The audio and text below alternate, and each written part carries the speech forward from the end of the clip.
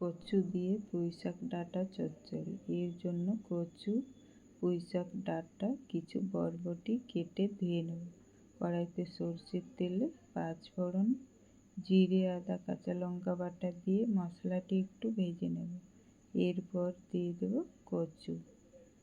কচুটা একটু নেড়ে চেড়ে তার মধ্যে শাক ডাঁটা, পরিমাণ মতো নুন, হলুদ ভালোভাবে মিশিয়ে ঢাকা দিয়ে দেব।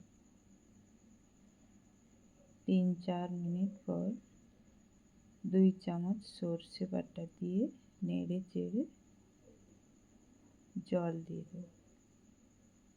জল দিয়ে ঢাকা দিয়ে সবজিটা সিদ্ধ হওয়া পর্যন্ত রান্না করব।